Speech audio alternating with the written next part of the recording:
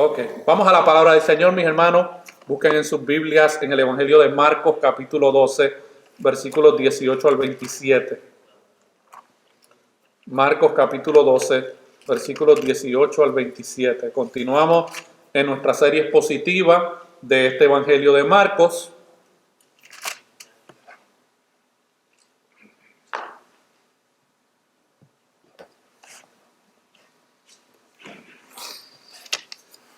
Amén. Marcos capítulo 12, versículos 18 al 27. Y hoy vamos a estar hablando el creyente y el cielo. El creyente y el cielo. Ay, hermano Jorge, por fin un tema bonito, el cielo. Bueno, vamos a ver si piensan igual al final.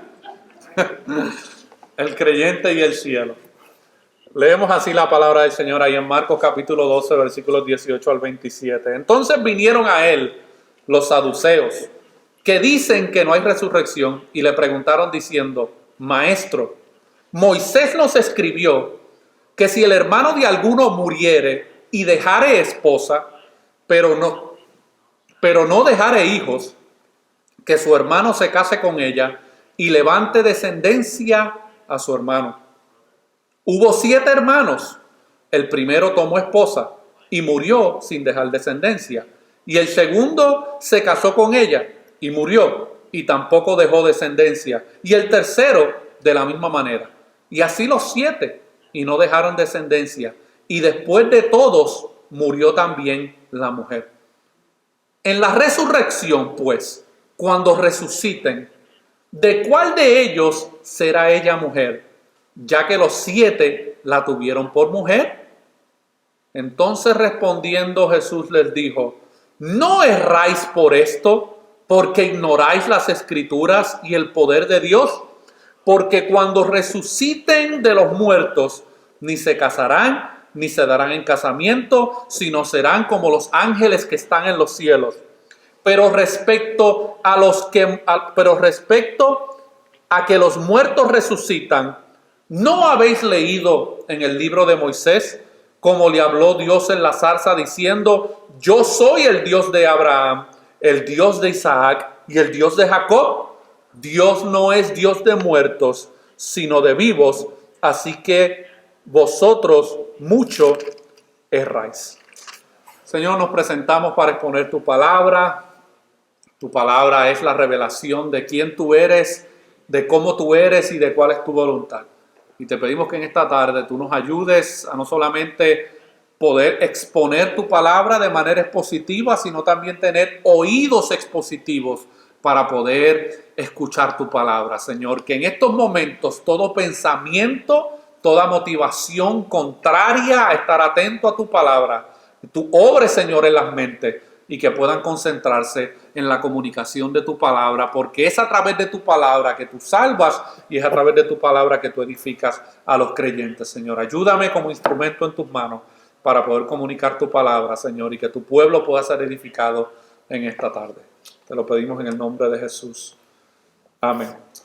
Hay un dicho un poco cómico que a veces utilizan algunos maestros de la Biblia que dice de la siguiente manera: si quieres atraer a una gran multitud, enseña sobre sexo o enseña sobre el fin de los tiempos.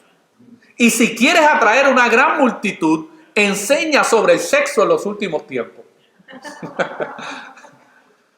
Y ese mismo tema fue planteado por un grupo de líderes religiosos que no creían en los últimos tiempos, en la vida después de la muerte, y eso eran los saduceos. La semana pasada estuvimos viendo los fariseos y los herodianos. Y esta cuestión de la vida después de la muerte siempre ha fascinado a los seres humanos desde todo tiempo antiguo. Cada religión tiene alguna perspectiva sobre el tema, aunque varían ampliamente. Encuestas recientes señalan que el 80% de las personas en Norteamérica, Centroamérica y Suramérica creen en alguna forma de vida después de la muerte, y otro 9% dice que no está muy seguro. Los cristianos siempre han tenido una fuerte doctrina sobre la doctrina de la vida después de la muerte. Después de todo, nosotros construimos nuestra cosmovisión del futuro de los últimos tiempos y de la eternidad a partir de las enseñanzas de Jesús, una tumba vacía y un Salvador vivo y resucitado. Por eso es que nosotros tenemos una cosmovisión acerca de la vida después de la muerte. Pero tenemos que admitir, mis hermanos y mis hermanas, un poco de misterio sobre los detalles precisos de la vida después de la muerte. La Biblia nos dice mucho, pero no nos dice todo. Usted tiene que tener cuidado con esos famosos DVD y libros que se venden por ahí de gente que se va al cielo y otros que se van al infierno, mis hermanos. Porque a veces revelan cosas del cielo y del infierno que no están en la Escritura y la gente las asume como si fueran verdaderas. Y Jesús respondió al inquietante acertijo de los saduceos y Jesús demoleó la doctrina de la aniquilación que tenían los saduceos. Los saduceos creían que después de la vida no hay más nada, la vida deja de existir, es aniquilada la existencia humana. John Eldredge, en su libro La travesía por el deseo, describe lo que muchos cristianos creen sobre el cielo y él escribe lo siguiente: cuando todos los cristianos con los que he hablado tienen alguna idea de que la eternidad es un servicio religioso interminable, nos hemos decidido por una imagen del canto interminable del cielo, un gran himno tras otro, por los siglos de los siglos. Amén. ¿Acaso eso no es lo que muchos creen, aún dentro de la iglesia, que esa es la perspectiva del cielo? Dice, y nuestro corazón se hunde ante esa realidad. ¿No he pensado, a lo mejor yo de adolescente, mis hermanos, yo pensaba, cuando yo escuchaba a los predicadores decir, en el cielo estaremos adorando al Señor eternamente y para siempre, minuto tras minuto, segundo tras segundo. Y yo, con un niño de 13 años, mi hermano, con poca imaginación bíblica, pues yo pensaba, cantando toda la vida, mis cuerdas vocales darán para yo poder hacer eso por toda la eternidad. Por los siglos de los siglos. Esa es la buena noticia del Evangelio, que después que yo me muera voy a ir a morar en el cielo a simplemente cantar por toda la eternidad. Y luego suspiramos, dice Aldrich, y nos sentimos culpables de no ser más espirituales. Nos desanimamos y volvemos una vez más a la vida presente para encontrar la vida que podemos encontrar. Y en su libro sobre el cielo, Randy Alcorn escribe, mis hermanos, sobre una conversación que tuvo con un amigo pastor. Y miren lo que este amigo pastor le confesó acerca de la realidad del cielo. Siempre que pienso en el cielo me deprimo. Esto es un pastor, mis hermanos. Esto no es un no creyente, un pastor. Siempre que pienso en el cielo me deprimo. Prefiero simplemente cesar de existir cuando muera. ¿Por qué?, preguntó Alcorn. No puedo soportar la idea de un tiempo interminable. Flotar en las nubes sin nada que hacer, tocando un arpa, es terriblemente aburrido. El cielo no suena mucho mejor que el infierno. Prefiero ser aniquilado que pasar la eternidad en un lugar como ese. Esa es la cosmovisión, mis hermanos, que lamentablemente algunos tienen. Pero déjeme decirle algo, donde quiera que obtengamos estas imágenes del cielo, no provienen de las Escrituras. Sin embargo, nosotros no estamos solos en esta confusión. En nuestro pasaje de esta tarde, ¿qué es lo que vemos? A un grupo de líderes religiosos que se acerca a Jesús confundidos de tal manera con la idea del cielo que han llegado a creer que el cielo simplemente no existe. Recordemos, mi hermano, que estamos en medio de una serie de preguntas que los líderes religiosos le están haciendo a Jesús. Y la semana pasada nosotros vimos al grupo de los fariseos y de los herodianos que se acercaron a Jesús y ellos se acercan con una pregunta acerca de los impuestos. Y mientras ese grupo sale, después de la pasma que le dio Jesús frente a la multitud, ahora entra otro grupo. Y ellos entran listos para confrontar a Jesús. Y esta vez son los saduceos y es la pregunta sobre el cielo. Y miren, un detalle interesante, solamente el Evangelio de Marcos nos dice que los saduceos no creían en el cielo. Ni Mateo, ni Lucas, ni Juan nos dan esa referencia. Por eso en el versículo 18 de ahí de Marcos 12 dice, entonces vinieron a él los saduceos que dicen que no hay resurrección y le preguntaron diciendo.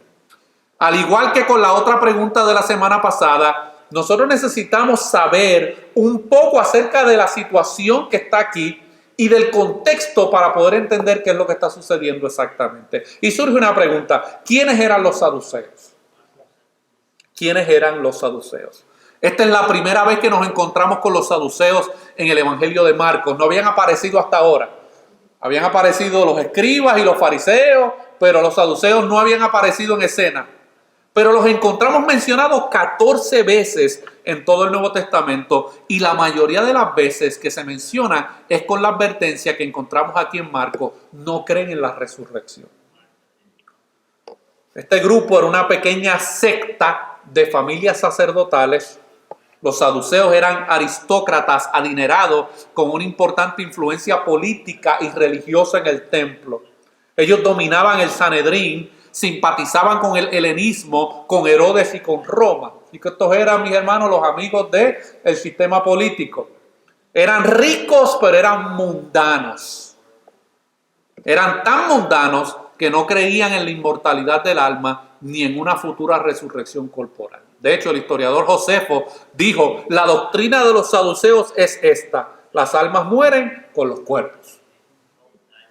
Y esa cosmovisión, hay muchas personas en nuestro contexto, mi hermano, que tienen esa misma cosmovisión. Simplemente la vida deja de existir después de la muerte. Ellos han abrazado, sin saberlo, la doctrina de los saduceos. Y estos hombres consideraban que solo los primeros 5 libros del Antiguo Testamento, conocidos como el Pentateuco, tenían autoridad sobre la vida de un creyente. Y en cierto sentido esto los convirtió en conservadores teológicos. No eran liberales. También tenían una fuerte doctrina del libre albedrío humano y no creían en ángeles y demonios. Los fariseos sí creían en ángeles y demonios y sí creían en la soberanía de Dios. Sin embargo, los saduceos exaltaban el libre albedrío. Podríamos decir, mis hermanos, que eran primos de nuestros hermanos arminianos. Y eso es particularmente relevante para nuestro pasaje, porque es de estos primeros 5 libros de la Biblia de donde proviene la pregunta que le hacen a Jesús. Eso fue un chiste, solamente los entendidos entenderán. ¿Y cuál fue la pregunta que le hicieron, mis hermanos, estos hombres a Jesús? Su pregunta fue sobre una ley que se encuentra en el último libro del Pentateuco, el libro de Deuteronomio. Y miren lo que dice el versículo 19 de ahí de Marcos 12. Maestro, Moisés nos escribió que si el hermano de alguno muriere y dejare esposa, pero no dejare hijos, que su hermano se case con ella y levante descendencia a su hermano. Así que la pregunta de estos hombres se refiere específicamente a la costumbre judía de lo que se conocía como el matrimonio levirato. El matrimonio levirato. Y esta palabra levirato no tiene nada que ver con la tribu de Leví, pero proviene de la palabra latina para cuñado. ¿Okay? Miren lo que dice Deuteronomio capítulo 25, versículos 5 al 6. Si tiene su Biblia ahí me puede acompañar. Deuteronomio capítulo 25, versículos 5 al 6. Ahí describe lo que debía hacer un hombre para mantener a la esposa de su hermano si su hermano muere antes de tener hijos. Que Dios había provisto, mis hermanos, unas instrucciones acerca de cómo tratar estos casos. Miren lo que dice Deuteronomio 25, 5 al 6. Cuando hermanos habitaren juntos y muriere alguno de ellos y no tuviere hijo, la mujer del muerto no se casará fuera con hombre extraño. Su cuñado se llegará a ella y la tomará por su mujer y hará con ella parentesco. Y el primogénito que ella diere a luz sucederá en el nombre de su hermano muerto, para que el nombre de éste no sea borrado de Israel. Así que Dios había proveído, mis hermanos, un mecanismo para que si una mujer quedara viuda y no había tenido descendencia, porque el marido murió antes de que esa descendencia se pudiera procrear, Dios había provisto para que el nombre de ese hombre pudiera continuar. Ahora bien, esto puede parecer algo bastante absurdo a nuestros oídos occidentales del siglo XXI, ¿verdad? Esto es como que casi inconcebible en nuestro contexto. Que la cuñada termine casándose con el cuñado. Yo sé que hay gente loca ahí en el mundo, mi hermano, pero por lo general, socialmente eso no es bien visto, ni es aceptado. Pero debemos entender que esta no solo fue una manera de perpetuar el nombre del hermano muerto, sino que también fue una manera de proveer y proteger a la mujer que se queda sin esposo. ¿Por qué? Bueno, porque obviamente las viudas iban a padecer grande necesidad, mis hermanos. Y Dios había proveído un mecanismo para que una viuda pudiera ser cuidada y protegida. Pero la razón por la que los saduceos mencionan esto no es porque les preocupa la mujer de alguien, sino que lo mencionan porque en sus mentes esta ley de Deuteronomio 25 prueba que no hay resurrección según ellos interpretaban. Imagínense el lío que hay en la mente de estos saduceos. Miren lo que dice los versículos 20 al 23 de ahí de Marcos 12. Este es el escenario que ellos le presentan a Jesús. Hubo 7 hermanos y el primero tomó esposa y murió sin dejar descendencia. Y el segundo, esto es un caso hipotético que le están poniendo a Jesús, mis hermanos, ¿ok? Y el segundo se casó con ella y murió y tampoco dejó descendencia. Y el tercero, de la misma manera, y así los 7. Estos 7 hermanos terminaron casándose con la misma mujer. Y así los 7 y no dejaron descendencia. Y después de todos murió también la mujer. Y ahora viene la pregunta capciosa y malintencionada. En la resurrección, pues cuando resuciten, ¿de cuál de ellos será ella mujer, ya que los 7 la tuvieron por mujer? Usted al escuchar esto, lo más probable está pensando, es que esto es totalmente absurdo. Y lo es, mis hermanos. Es un ejemplo absurdo. Los saduceos crearon lo que se conoce como un argumento reductio ad absurdum, reduciendo las cosas al absurdo o a lo ridículo. Ellos tomaron ejemplos más extremos, más absurdos, para querer probar un punto de que la resurrección es imposible, porque este escenario traería todo tipo de problemáticas, ¿verdad? Si es que es real. Un hombre se casa con una mujer y muere. Tiene 6 hermanos que pueden cumplir con la obligación del levirato. Se casó con todos y trágicamente los 7 murieron sin tener un hijo. Ese es el caso que ellos le están preguntando a Jesús. Y los fariseos, mis hermanos, a diferencia de los saduceos y la mayoría de los rabinos, creen que el mundo venidero es básicamente una versión mejorada de este mundo y que por lo tanto incluiría cosas como el matrimonio. A diferencia de los saduceos que no creen en la resurrección, los fariseos sí creían en vida después de la muerte y sí creían que la vida después de la muerte es una continuación casi exacta de la vida aquí en la tierra. Los saduceos argumentan que tal escenario es absurdo. ¿Cuál escenario? El escenario, obviamente, de que si hay resurrección, ¿qué hacemos con el caso que le acaban de presentar a Jesús? Y muestra, según ellos, la insensatez de creer en una resurrección futura. ¿Por qué? Porque mire todos los problemas que puede causar basado en ese ejemplo que ellos le acaban de poner a Jesús. Para ellos, como dice un comentarista, no, esto es imposible. Dios es demasiado inteligente para eso. Y los libros de Moisés, que son la indiscutible palabra de Dios, no mencionan una resurrección futura, por tanto, no debe existir. Eso era lo que esos saduceos habían concluido. Para los saduceos, si la resurrección es verdadera y se ordena el matrimonio levirato, como aparece ahí en Deuteronomio 25, entonces para los saduceos el cielo es un lugar confuso, mis hermanos. Porque ellos están poniendo este ejemplo que realmente no creen, que es hipotético, pero están tratando de entrampar a Jesús. Y ellos se están imaginando en su mente, bueno, y cuando esta mujer llegó al cielo y se encontró a los 7 hermanos, ¿con cuál de ellos va a vivir? ¿A cuál de ellos va a escoger? Eso era lo que ellos estaban planteando, mis hermanos, a Jesús. Para los saduceos, si la resurrección es verdadera y se ordena el matrimonio levirato, entonces el cielo es un lugar muy confuso y la mayoría de las personas piensan que esta fue probablemente una pregunta que los saduceos utilizaban a menudo para desconcertar a sus oponentes. Ellos utilizaban este argumento, este gancho, para poner en duda la doctrina de la resurrección. Entonces ahora los saduceos le presentan a Jesús su pregunta capciosa y controversial. Y mis hermanos, Jesús ya se ha referido a su propia resurrección en este Evangelio de Marcos 3 veces.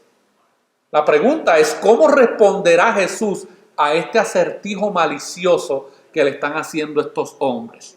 ¿Cuál es la respuesta de Jesús? Bueno, Jesús responde sin rodeo. ¿Y cuál es la respuesta? Ustedes están equivocados. Eso lo vemos en el versículo 24, que dice, erráis.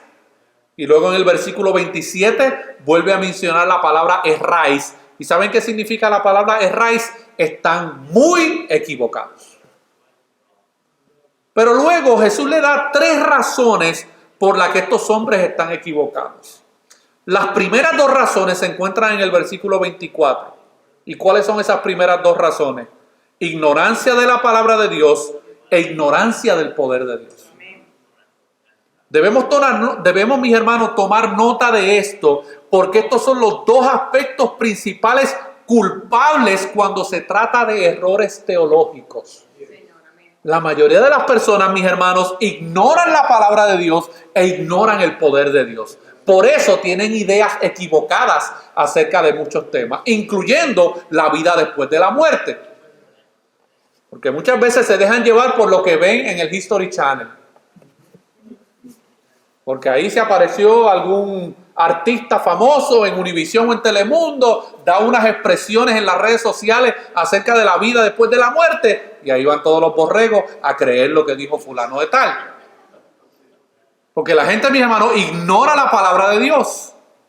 Casi todos los errores teológicos se remontan a estas 2 cosas. No conocemos la palabra de Dios o no hemos experimentado el poder de Dios. Pero veamos el primero, ignorancia de la palabra de Dios. Lo primero que Jesús dice es que estos hombres no conocen la palabra de Dios. Miren, mi hermano, esto es un insulto. Porque estos eran hombres que habían pasado toda su vida estudiando el Antiguo Testamento. Y que Jesús ahora les diga públicamente, ustedes son unos ignorantes de la palabra de Dios. Randy Alcorn, en su libro El Cielo, escribe lo siguiente. Según una encuesta reciente de Barna Research Group, una abrumadora mayoría de personas sigue creyendo que hay vida después de la muerte y que el cielo y el infierno existen. Pero lo que realmente creemos o creen sobre el cielo y el infierno varía mucho de persona a persona. Un portavoz de Barna dijo, están recortando y pegando puntos de vista religiosos de una variedad de fuentes diferentes. Televisión, película, conversaciones con sus amigos. El resultado es una teología altamente subjetiva de la otra vida, desconectada de la doctrina bíblica. Hay personas, mis hermanos, que han formulado toda una cosmovisión del cielo o del infierno basado en un sueño que tuvieron, basado en alguna revelación que supuestamente tuvieron, un viaje astral que se dieron al cielo o al infierno. Sacan su librito, sacan su DVD, empiezan a venderlo, mis hermanos, y la gente cree cosas acerca del cielo o del infierno basado en lo que otros supuestamente han visto y han experimentado. Y la gente, mis hermanos, en nuestros pueblos y en nuestros países tienen ideas y mitos acerca de la vida después de la muerte.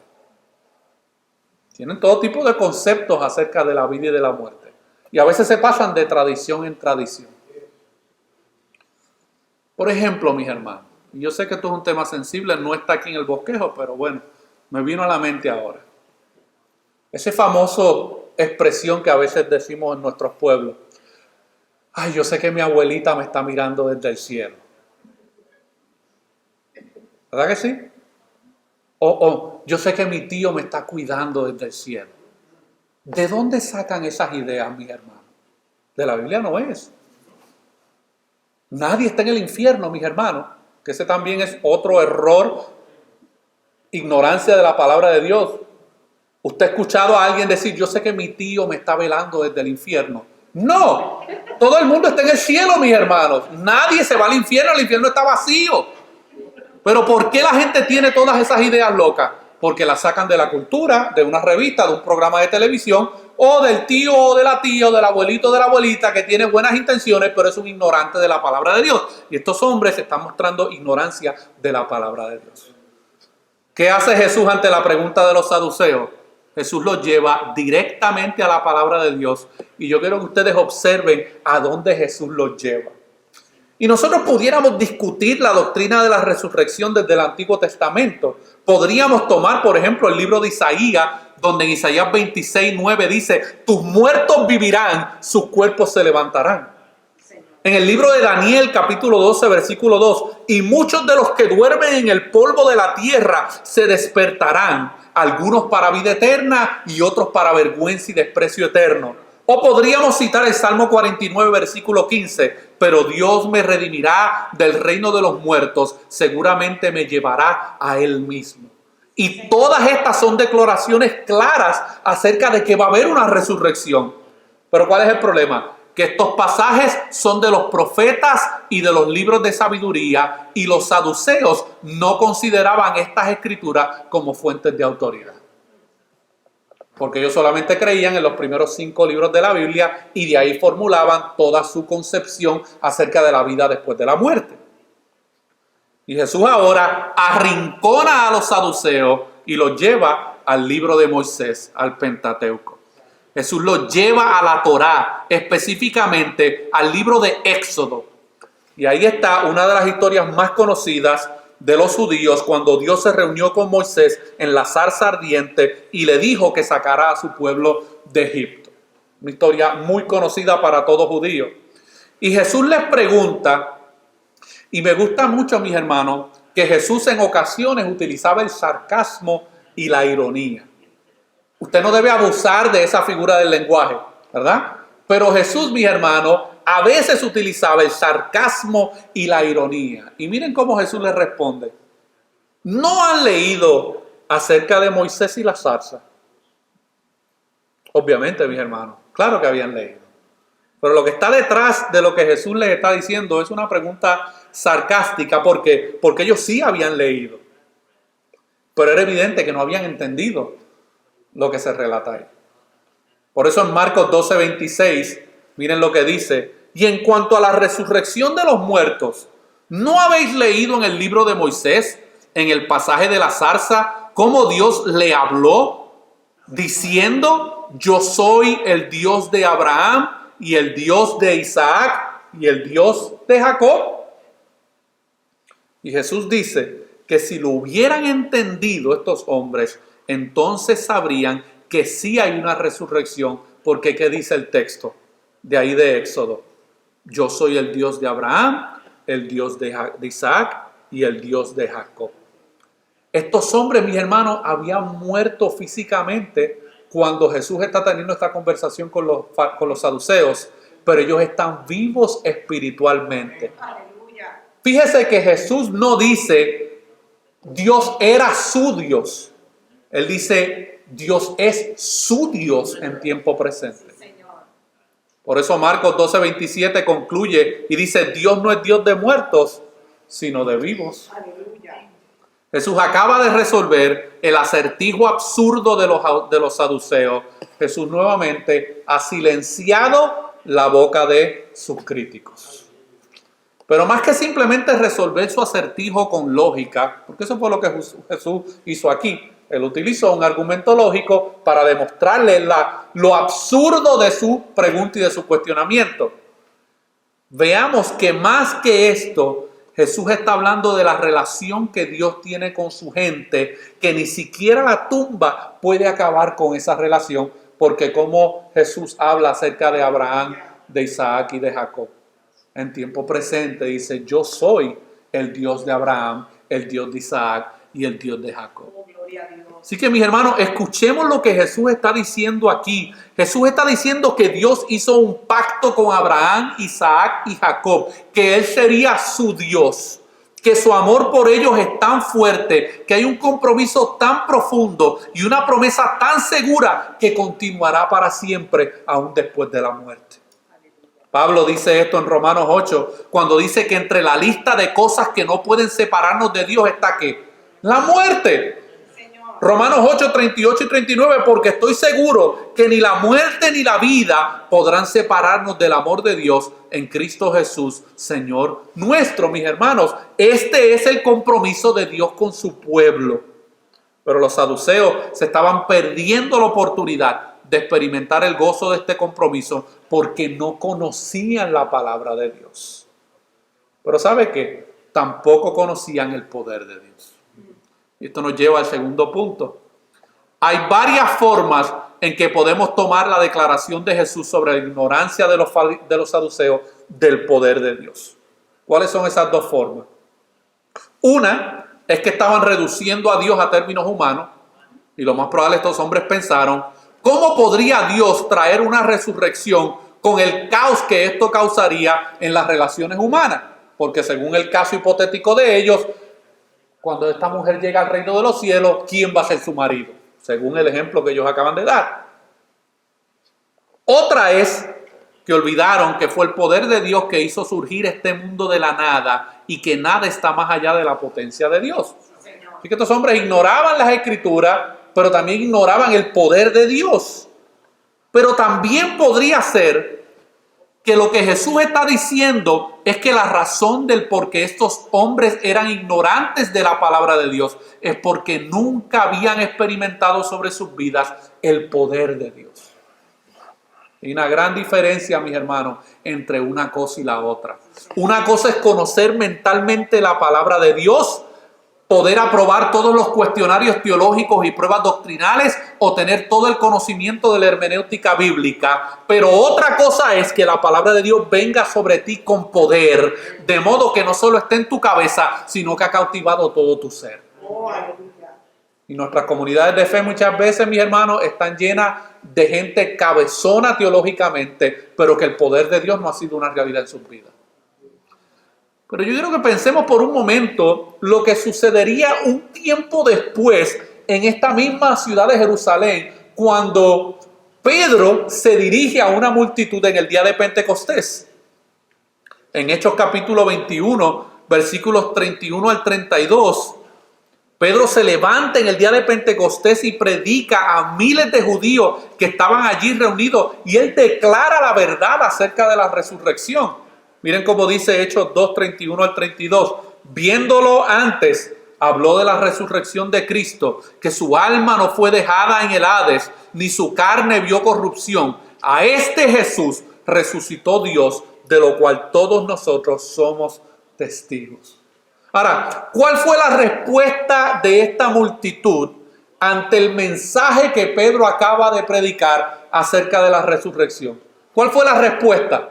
Lo vemos en el versículo 37 y 38 de ahí de Hechos 2.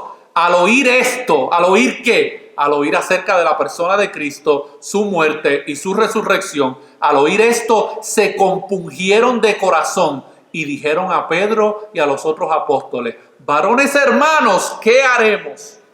Pedro les dijo: arrepentíos y bautícese cada uno de vosotros en el nombre de Jesucristo para perdón de los pecados y recibiréis el don del Espíritu Santo. Mis hermanos y mis hermanas que están aquí en esta tarde, esto debe suceder en tu vida.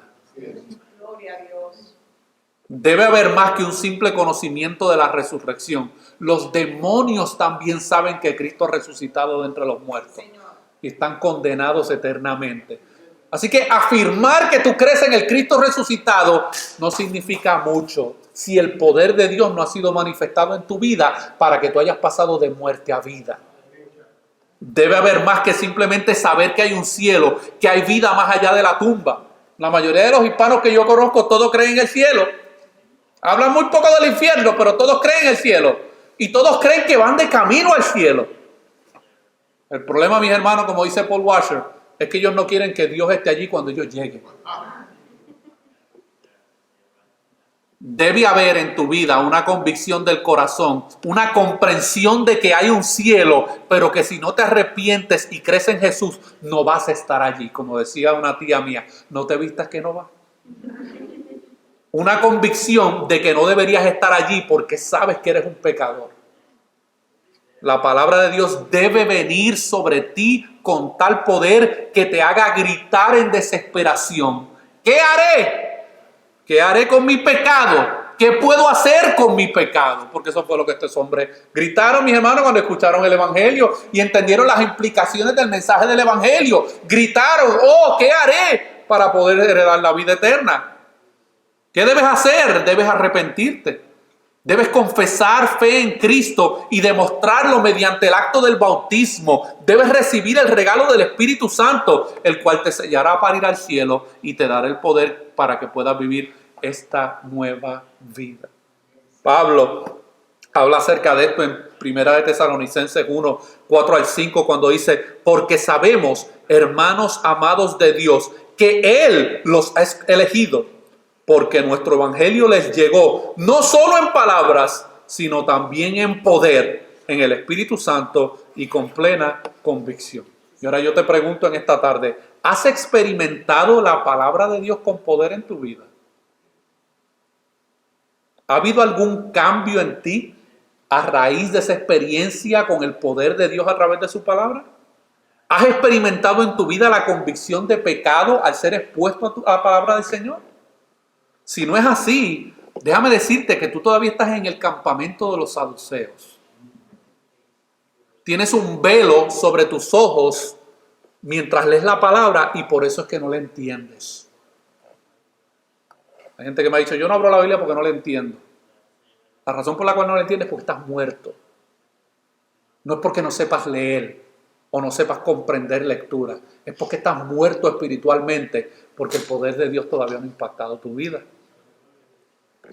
No la entiendes porque no has experimentado el poder transformador de Dios en tu vida. Era lo mismo que le pasaba a estos saduceos. No habían experimentado el poder de Dios en sus vidas. Al igual que los saduceos, que seguían en ignorancia de la palabra de Dios, en ignorancia del poder de Dios, mi hermano, lamentablemente hay muchas personas que siguen en el día de hoy ignorantes de la palabra de Dios e ignorantes del poder de Dios. Ahora, la tercera razón por la que estaban equivocados estos saduceos es que ignoraban cómo era la vida resucitada. Miren, mis hermanos, aquí los sermones no son de 20 minutos. Aquí duran de 40 a 50 minutos. Así que usted necesita disciplinarse mentalmente y físicamente, mi hermano, para aguantarse un sermón de 50 minutos, ¿ok? No damos 20 minutos de charla motivacional. Tratamos de explicar el texto lo mayor que podemos porque Dios obra a través de su palabra. Pero la tercera razón por la que estaban equivocados estos saduceos es que ignoraban cómo era la vida resucitada.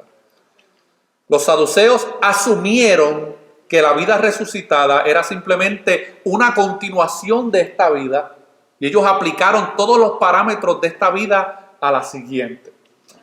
Y a menudo eso es lo que hacemos cuando nosotros pensamos en el cielo. Lo pensamos en términos de este mundo.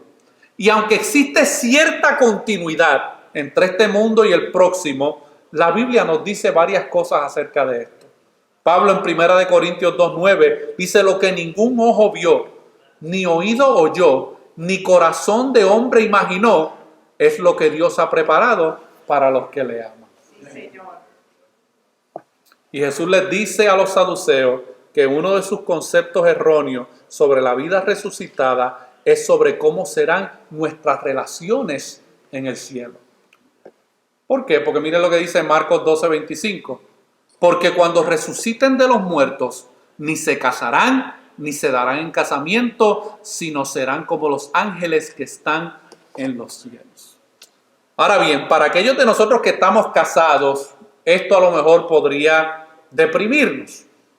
Nosotros que disfrutamos de todo lo que la relación matrimonial aporta a nuestras vidas aquí en la tierra, podríamos pensar que el cielo se verá disminuido sin esa relación matrimonial.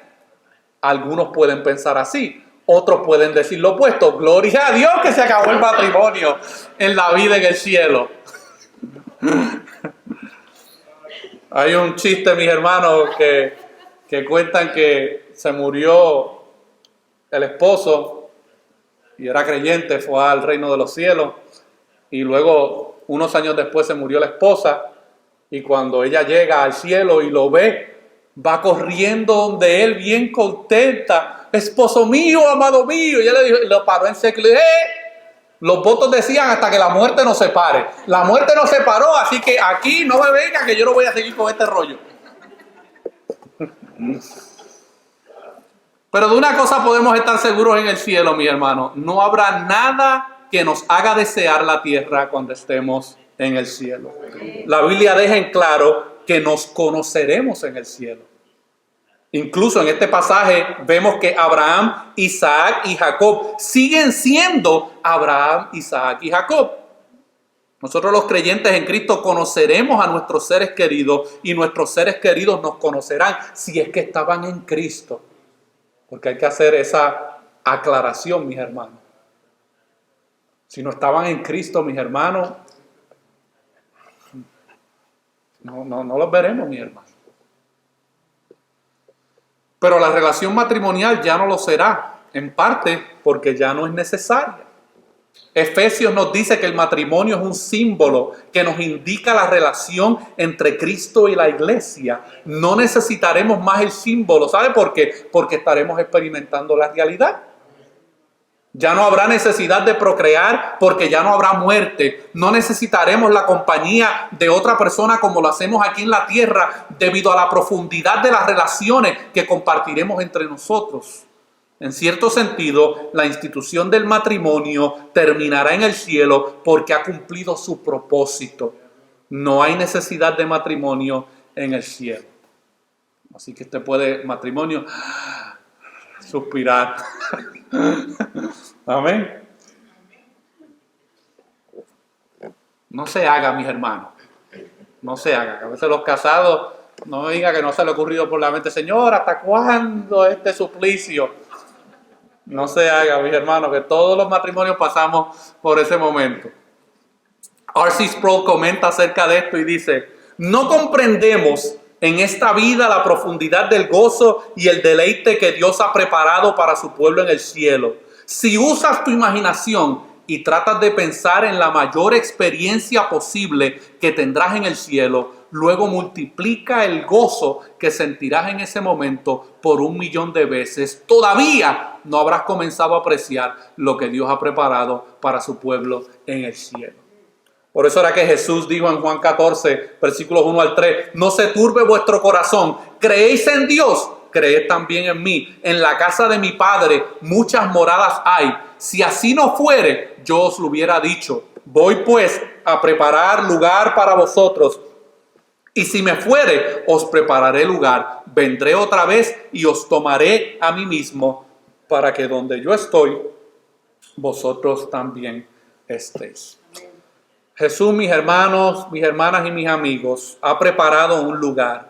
No solo tenemos una doctrina de la resurrección, sino que tenemos un Salvador resucitado que se ha adelantado al cielo y nos está preparando un lugar. No habrá nada en el cielo que sea una decepción. Pero yo concluyo en esta tarde. La pregunta que los saduceos le hicieron a Jesús de ¿habrá resurrección? Fue realmente una pregunta inadecuada. Estos hombres tenían amplia evidencia en las Escrituras para saber que sí habría una resurrección. Pero la verdadera pregunta que los saduceos deberían haberse hecho es: ¿cuál será mi resurrección? Esa era la pregunta adecuada. Ellos estaban escondiéndose detrás de su primera pregunta. Pero la pregunta adecuada es: ¿cuál será mi resurrección? Y mis hermanos, hay dos resurrecciones que le esperan a los seres humanos. Dos: la resurrección para vida eterna y la resurrección para condenación eterna. Dos destinos nos esperan en la resurrección de los muertos: el cielo o el infierno. Y lo que determina nuestro destino es nuestra relación con Dios en este lado de la tumba. Porque hay algunos, mis hermanos, ¿sabes? Como hay gente que tiene ideas locas, piensan que después de la muerte, Pedrito los va a estar esperando y desde unas puertas. ¿verdad? Y que allí Pedro anda con unas llaves, ¿verdad? Las llaves que Cristo le dio en Mateo 16. Y que van a llegar allí, van a hacer su cuento y su historia, y que Pedrito va a tener piedad de ellos. No te preocupes, que hay misericordia para todos. Eso es lo que mucha gente cree, mis hermanos, acerca de esto. Pero lo que determina nuestro destino es nuestra relación con Dios de este lado de la tumba. Después de la muerte, mis hermanos, lo que viene es el juicio, como dice claramente el escritor a los Hebreos. Si tenemos una relación con Dios a través de Jesucristo, entonces podemos estar seguros de que nada puede quitarnos esa relación, incluso la muerte. Hay gente que dice, no, yo voy a esperar al lecho de mi muerte para arrepentirme y creer en el Evangelio. Eso es como meter una bala en una pistola de siete espacios. Metes la bala, le das vuelta. Eso es como tratar de, hermano, pegarte, ¿cómo le llaman ese juego? La ruleta rusa. Hay gente que piensa eso, ¿no? Yo voy a vivir mi vida, voy a gozar de mi vida, voy a disfrutar de mi carne, del pecado. Y cuando ya yo me esté muriendo para dar el último respiro, entonces aceptaré el mensaje del Evangelio. Juégate esa ruleta rusa para que veas lo que te puede pasar. La promesa que se nos ha hecho de la vida eterna fue garantizada con la muerte de Jesús en la cruz y nada puede impedir que Dios cumpla esa promesa. De hecho, Dios nos ha dado un depósito de ese cumplimiento enviándonos al Espíritu Santo como un sello y como una garantía de nuestra resurrección. No solo tenemos la doctrina de la resurrección, sino que ya tenemos algo de esa realidad hoy en Cristo. Él ha enviado al Espíritu Santo a habitar ya en nuestros corazones. No tenemos que esperar al cielo para experimentar al Espíritu Santo en nuestras vidas. Desde ya podemos experimentar a través de Cristo el Espíritu Santo en nuestras vidas. Y para aquellos que creen en el Señor Jesucristo, la resurrección será la mayor de las bendiciones. No tenemos ninguna duda de que de alguna manera no será lo que tal vez esperábamos, pero será más glorioso, más maravilloso de lo que jamás podríamos imaginar. Y las palabras de Jesús sobre la vida resucitada para nosotros siguen siendo firmes en nuestra fe en el día de hoy. Pero hay una advertencia para los no creyentes. Y si aquí hay alguno que todavía no ha creído en el mensaje del Evangelio, esta advertencia es para ti. Si no has hecho de Jesús tu Señor y no has confiado en Él como tu Salvador, las palabras de Jesús sobre la resurrección exigen una seria reflexión de parte tuya hoy. Porque hay gente que piensa que va de camino a la eternidad, mis hermanos, y van de camino a la condenación. Al igual que los saduceos, es posible que puedas crear una vida maravillosa en este mundo como la habían creado los saduceos. Es posible que puedas tener toda la riqueza del mundo, todo el placer, todos los éxitos, todos los logros. Pero un día todos esos logros, todos esos trofeos serán depositados con tu cuerpo en el suelo. El corto tiempo de esta vida terminará, pero la eternidad te va a guardar. Porque nadie escapa a la eternidad, mis hermanos. La pregunta que tú te debes hacer en esta tarde es: ¿dónde tú estarás? ¿Cuál será tu resurrección? ¿Será en la vida eterna con Dios porque Él ha sido tu Dios? ¿O serás desechado a la condenación eterna como alguien a quien Dios nunca conoció? Estos temas, mis hermanos, no se predican ni se enseñan mucho. ¿Ok? Yo te puedo garantizar que tú puedes visitar 10 comunidades de fe alrededor de nosotros y en muy pocas vas a escuchar este tema del cielo o el infierno. La gente no quiere escuchar de estos temas, mis hermanos. Las iglesias que crecen mucho, ¿sabe por qué crecen? Porque le enseñan y le predican a la gente lo que la gente quiere escuchar. Saca el campeón que hay en ti, alcanza todas tus metas, todos tus sueños, ¿verdad? Sé un empresario, tú eres un princeso de Cristo, tú eres una princesa del Señor. Y la gente, mis hermanos, va rumbo a la condenación eterna sentado en congregaciones evangélicas y cristianas. El autor del himno, Cantemos el amor de Cristo, Elisa Hewitt, pone estas maravillosas palabras en nuestros labios. Cuando estemos en gloria, en presencia de nuestro Redentor, a una voz la historia diremos del gran vencedor. Y yo oro para que todos los que están aquí hoy puedan ser realmente todos los que un día estarán allá en el cielo. Gloria a Dios. Y si hoy tú no formas parte de ese todos, yo oro para que no lo pospongas más. Hoy es el día de salvación. Tantas personas, mis hermanos, los últimos 15, 20 años, que hemos tenido la oportunidad de compartirles el Evangelio, ponen todo tipo de excusas. No, es que yo tengo unos asuntos que arreglar personal. No es que yo tengo unos asuntos familiares que arreglar.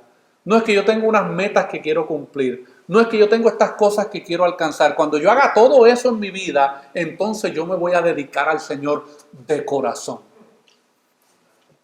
Y piensan que ellos son soberanos sobre sus vidas, mi hermano. Piensan que tienen control sobre la eternidad y no. Pero si hoy escuchas la voz de Dios, hoy es el día de salvación. El que viene a Él no le echa fuera, pero ven a Él en arrepentimiento. Ay, es que si yo le entrego mi vida a Cristo, entonces tengo que comprometerme con cosas ahí que su palabra enseña y a mí ese asunto no me gusta mucho y tengo que comprometerme con una iglesia local con un montón de gente fea que a mí no me caen bien. Sí, eso es la vida en Cristo. Gloria a Dios. Habrá una resurrección, mis hermanos. ¿En qué lugar de la resurrección tú estarás? Y a los jóvenes, a los adolescentes que están aquí con nosotros, si tus papás son creyentes, ellos son creyentes. Si tú no has creído en Cristo, tú no eres creyente. Tú necesitas creer en Cristo de manera individual y personal. Tú necesitas poner tu confianza en Cristo. No, que mi papá es cristiano, que mi mamá, que mi tío, que mi abuelita, todo el mundo en mi familia es cristiano. Yo nací en un hogar cristiano. Si Cristo no es una realidad en tu vida, si el poder de Dios no se ha manifestado en tu vida, tu resurrección no será la vida eterna. Tu resurrección será la condenación eterna. Pero hoy Dios muestra su gracia y su misericordia llamándote a sus pies. Es que soy joven y tengo mucho que lograr. La mejor vida está en Cristo, no es fuera de Cristo. Señor. No le compres esa idea al mundo de que tu mejor vida es la vida del mundo. Tú puedes alcanzar todas tus metas en Cristo si son parte de la voluntad de Dios. Pero la gente, mi hermano, y los jóvenes y tantas personas quieren formar su propio destino y forjar sus propias metas y piensan muy poco en las cosas espirituales. Piensan muy poco en dónde parará su vida el día que ellos cierren los ojos y dejen de respirar. Y este mensaje no será un mensaje popular, mi hermano, y es posible que a lo mejor nunca veamos todas estas sillas llenas, pero es el mensaje de la palabra del Señor. Y los que sea que Dios traiga a esta congregación, yo tengo un compromiso de que escuchen la verdad del Evangelio. Yo podré ser un predicador imperfecto. Hay mejores predicadores que yo, mi hermano, allá afuera. Pero por lo menos vamos a abrir las Escrituras y vamos a revelar qué es lo que Dios ha revelado acerca de estos temas. Oremos. Señor, te damos gracias por tu palabra.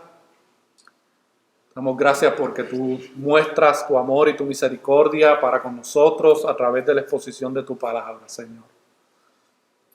Tú nos enseñas a través de este pasaje la importancia de la vida después de la muerte. La realidad del cielo, pero también la realidad de la condenación eterna, Señor. Y yo te pido en esta tarde que aquellos que han estado ignorantes de la palabra de Dios, que tú, Señor, abra sus ojos para que puedan comprender tu palabra y que puedan experimentar el poder de tu palabra en sus vidas, para que sus vidas no descansen sobre la profesión de fe de otro, sino que descansen sobre una experiencia personal contigo, con tu palabra y con tu poder transformador sobre sus vidas, Señor. Tu palabra transforma. Tu palabra transforma.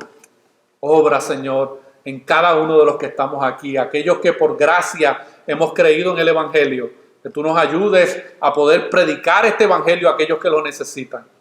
Pero también si hay personas en medio nuestro que están como los saduceos, conocen Biblia, pero todavía no han experimentado el poder de esa palabra de Dios en sus vidas, que tú obres de manera especial en esta tarde y que tú traigas esa convicción sobre sus corazones y que ellos puedan experimentar el poder transformador del Evangelio en sus vidas. Pablo decía, no me avergüenzo del Evangelio porque es poder de Dios.